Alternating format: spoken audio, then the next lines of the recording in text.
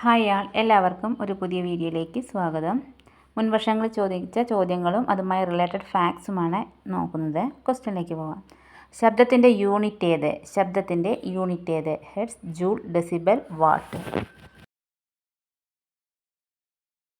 Answer option C, decibel. ശബ്ദത്തിൻ്റെ unit decibel.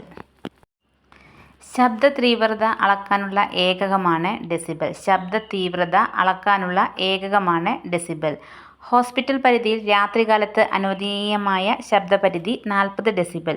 Hospital പരിധിയിൽ രാത്രികാലത്ത് അനുവദനീയമായ ശബ്ദപരിധി 40 ഡെസിബൽ. മനുഷ്യർക്ക് സഹനീയമായ ഉയർന്ന ശബ്ദപരിധി 120 ഡെസിബൽ. മനുഷ്യർക്ക് സഹനീയമായ ഉയർന്ന ശബ്ദപരിധി 120 ഡെസിബൽ. ചെവിക്ക് തകരാറുണ്ടാകുന്ന ശബ്ദം 120 ഡെസിബലിന് മുകളിൽ. ചെവിക്ക് തകരാറുണ്ടാകുന്ന ശബ്ദം 120 ഡെസിബലിന് മുകളിൽ. അപ്പോൾ ശബ്ദ തീവ്രത അളക്കാനുള്ള ഏകകമാണ് ഡെസിബൽ.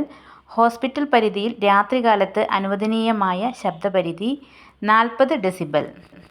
മനുഷ്യർക്ക് സഹനീയമായ ഉയർന്ന ശബ്ദപരിധി 120 ഡെസിബൽ. ചെവിക്ക് തകരാറുണ്ടാക്കുന്ന ശബ്ദം 120 ഡെസിബലിന് മുകളിൽ. സാധാരണ സംഭാഷണം 40 മുതൽ 60 ഡെസിബൽ വരെയാകുന്നു. സാധാരണ സംഭാഷണം 40 മുതൽ 60 ഡെസിബൽ വരെയാണ്. ഇലകളുടെ മർമ്മരം 10 ഡെസിബൽ ആകുന്നു. ഇലകളുടെ മർമ്മരം 10 ഡെസിബൽ ആകുന്നു. 20 ഹെർട്സിൽ താഴെ ആവൃത്തിയുള്ള ശബ്ദത്തെ ഇൻഫ്രാസോണിക് എന്നും 20,000 ഹെർട്സിൽ കൂടുതൽ ആവൃത്തിയുള്ള ശബ്ദത്തെ അൾട്രാസോണിക് എന്നും പറയുന്നു.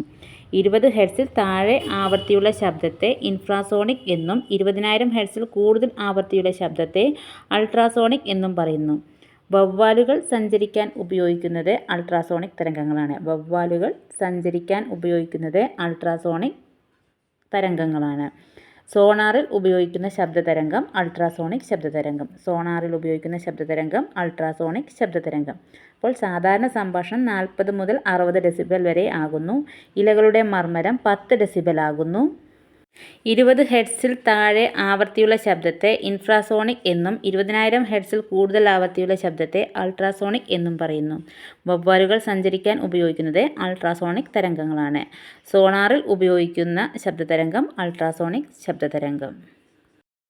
അലക്സാണ്ടർ ഗ്രഹാം ബെല്ലിൻ്റെ സ്മരണാർത്ഥമാണ് ഉച്ചതയുടെ യൂണിറ്റിന് ബെൽ എന്ന പേര് നൽകിയത്. ബെൽ എന്ന യൂണിറ്റിൻ്റെ ചെറിയ അളവാണ് ഡെസിബൽ. അലക്സാണ്ടർ ഗ്രഹാം ബെല്ലിൻ്റെ സ്മരണാർത്ഥമാണ് ഉച്ചതയുടെ യൂണിറ്റിന് ബെൽ എന്ന പേര് നൽകിയത്. ബെൽ എന്ന യൂണിറ്റിൻ്റെ ചെറിയ അളവാണ് ഡെസിബൽ. മനുഷ്യ ശരീരത്തിലെ ഏറ്റവും വലിയ അന്തസ്രാവി ഗ്രന്ഥി ഏത്? മനുഷ്യ ശരീരത്തിലെ ഏറ്റവും വലിയ അന്തസ്രാവി ഗ്രന്ഥി ഏത്? പീറ്റ്യൂട്ടറി ഗ്രന്ഥി, തൈറോയ്ഡ് ഗ്രന്ഥി, അഡ്രിനൽ ഗ്രന്ഥി, തൈമസ് ഗ്രന്ഥി? ആൻസർ ഓപ്ഷൻ ബി, തൈറോയ്ഡ് ഗ്രന്ഥി. മനുഷ്യ ശരീരത്തിലെ ഏറ്റവും വലിയ അന്തസ്രാവി ഗ്രന്ഥി തൈറോയ്ഡ് ഗ്രന്ഥി.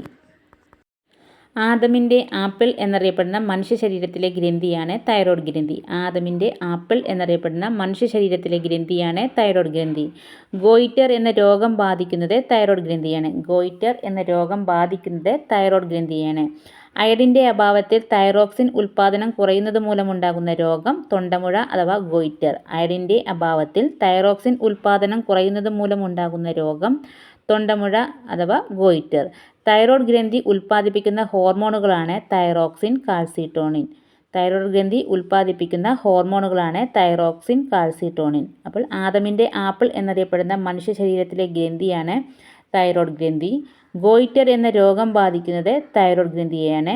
അയഡിൻ്റെ അഭാവത്തിൽ തൈറോക്സിൻ ഉൽപ്പാദനം കുറയുന്ന മൂലമുണ്ടാകുന്ന രോഗമാണ് തൊണ്ടമുഴ അഥവാ ഗോയിറ്റർ.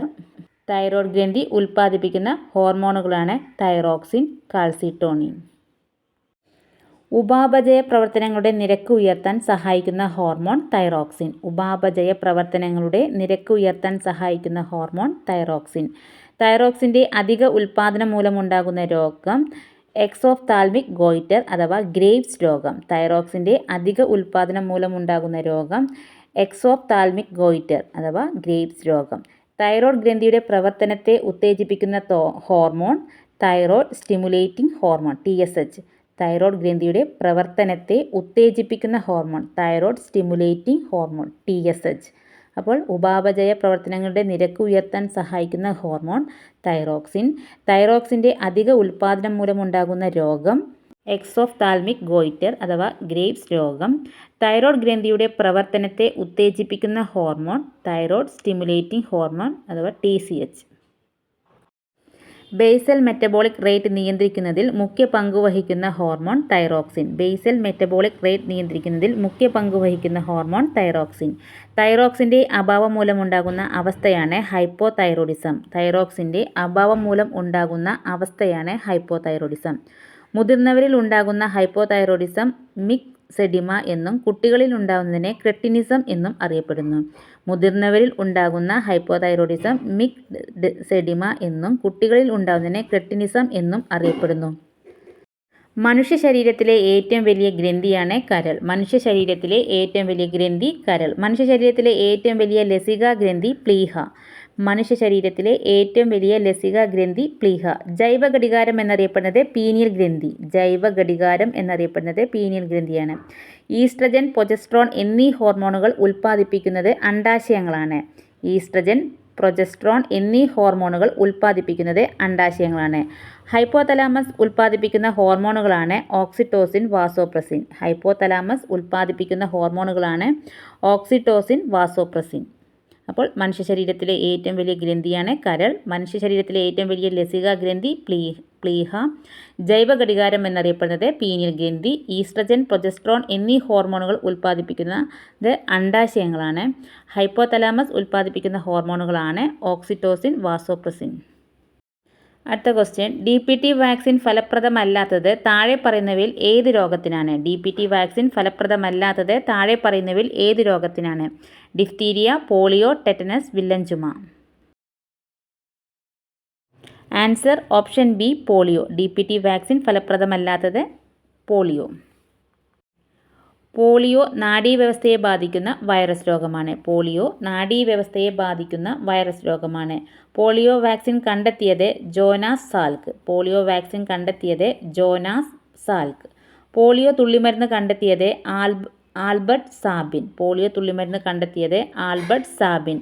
ലോക പോളിയോ ദിനം ഒക്ടോബർ 24. ലോക പോളിയോ ദിനം ഒക്ടോബർ 24. ഒക്ടോബർ 24 ജോനാസ് സാൽക്കിൻ്റെ ജന്മദിനമാണ്. ഒക്ടോബർ 24 ജോനാസ് സാൽക്കിൻ്റെ ജന്മദിനമാണ്. അപ്പോൾ പോളിയോ നാഡീവ്യവസ്ഥയെ ബാധിക്കുന്ന വൈറസ് രോഗമാണ്.